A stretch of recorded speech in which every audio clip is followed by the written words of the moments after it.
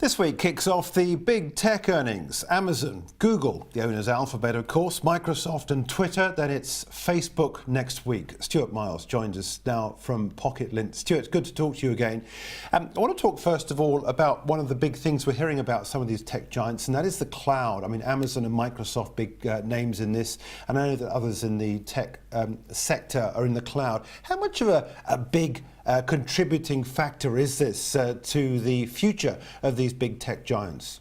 I think it's going to be a huge contributing factor. Certainly if you look at Amazon as a really good example of this, they created their service called AWS, Amazon Web Services. A couple of years ago, they needed their own product to create their own hosting provider, so to speak, for the likes of the Amazon store. They've then taken it and sold it to everybody else. And so you're now seeing that even the likes of Netflix run on AWS, so do thousands of other websites around the world. And it's a really good profit earner for them because the margins are so much higher than they're used to for getting at retail. Amazon, you mentioned Amazon, has a bad reputation as an employer, but I mean, it's addressing that with pay rises for employees. Will this have an impact on earnings, do you think? I know you're not a financial analyst itself, but I mean, this is something that is going to start to dog Amazon potentially. Could it have just a small headwind impact, or do you think in the grand scheme of things it could mean more? I think for the average company, it probably would have a huge increase in, the fact that if you're raising all your wages, that will have an impact on your bottom line. For Amazon, though, it's never really played that game. It's always kind of dabbled in the let's make a loss this quarter, let's make a bigger profit next quarter to show that we can do it, but let's continue to invest across the line. And I think because shareholders and investors are used to that mentality, then they will just want the Amazon to continue to grow, to get back past that $1 trillion company market cap that it had over the summer, and to sort of continue to see where it is. And there are so many more places where Amazon could go. Obviously, you've got Whole Foods, their buyout of that earlier in the year, that, to see that roll out somewhere else. There's the Amazon Go stores, which are these frictionless, cashless, staffless almost stores that people just walk in, grab what they want, and walk out again. There's a talk about them going into drugs in the US as well, and healthcare and stuff like this. So there's so many more places they can grow. I don't think investors will care that along the way they've increased wages. Yeah. Google relies a lot on advertising. How is this area developing on the net? As a user, I'm getting tired, I have to say, of all the advertising I see pop up, and I think deep down it then produces a negative reaction from me to companies using this medium. Is that really the case, or do you see that advertising will continue to be a large chunk of income, especially from the likes of Google that uses it so much, and of course Facebook as well? I think Google are fine in the sense that we're used to advertising on our search engines and that approach. And for the near future, I think they'll be okay from earning their money that way. They've obviously got lots of different projects floating around that hope that they can earn cash elsewhere. There are a number of questions, though, that for the long term will start to affect them. One, as we move more and more to voice search, where does advertising fit into that? You don't want someone to say, you don't want to say to your personal assistant, what's the answer to this? And before they give you the answer, say, oh, here's a quick brief message from our sponsors. It doesn't really work in the same way as seeing an advert on the page. And secondly, there's a lot of backlash, certainly with Facebook, and we can see that with user numbers, with their financial reports and stuff, along the lines of people are getting tired of being the product. And that's where Facebook has really developed very well over the years, in that sense of it harvests all the data that you give it to be able to serve adverts better to you. It's what the advertising on the internet has always promised. The problem is that people don't really like that ideology anymore, and are starting to turn off of that. And so we've got to see how Facebook and everybody else who treats your data as the ability to earn them money, how they're going to address that in the future, and how they're going to continue to make money but keep people happy.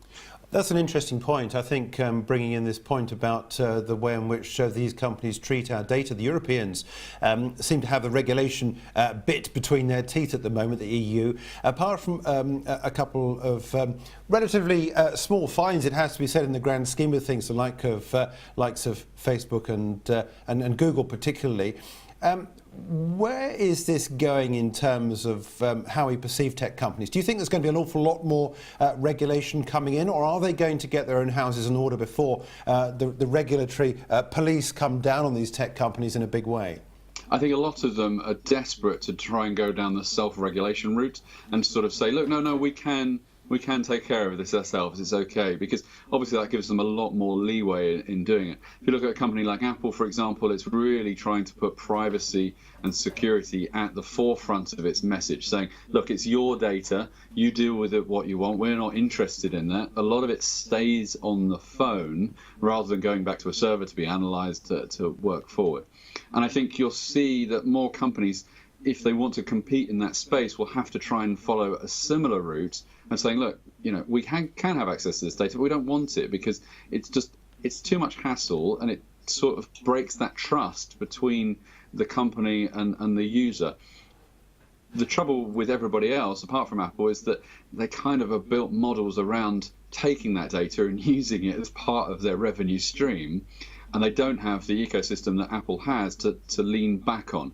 So it's going to be a challenge for a lot of people, but I think it's certainly a bigger play over the next couple of years of how our data is used, and people, with the introduction of GDPR in the UK and stuff, of how people react to that and are more aware of that. And I think that's probably only a good thing.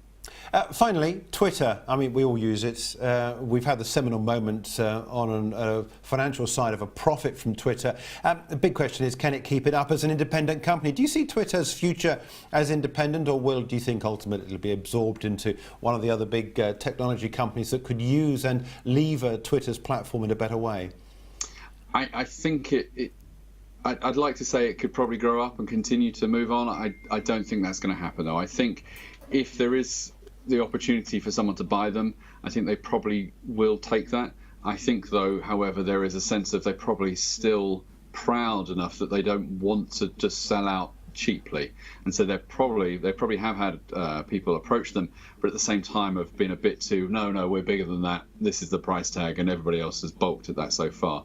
I think they're still struggling. There is a sense that if it wasn't for Donald Trump, I think Twitter probably would have fallen by the wayside a long time ago. And it's just trying to sort of try and work out what to do with it and to encourage new users to use it. Well, I guess the follow-on question then has to be, how about Snap, or the owner of Snapchat? I think, again, this is a company that seems to have sort of lost its way slightly. It's unfortunate because it's come up with so many great ideas about how millennials, which is that key target everybody wants, can advertise and talk to people. But then people like Facebook with Instagram just come along and sort of effectively copied all of their cool features and just rolled it out to everybody else. I think for them it probably will be a case that the best solution would be to be bought, and probably, rather controversially, to be bought by someone like Apple. Apple has always steered clear of that social element, but they're going big into AR. They would like probably some social side of things somewhere, and so Snap kind of fits quite nicely. It will be controversial if that happens. Won't be cheap, but I think either everybody's waiting for the price to drop a little bit more, for them to get it at a better price, or for Snap to realise that it's struggling of where it is. Yeah, okay, look, it's all interesting. Thanks, Stuart, for your time. It's much appreciated. Stuart Miles joining us there from pocket-lint.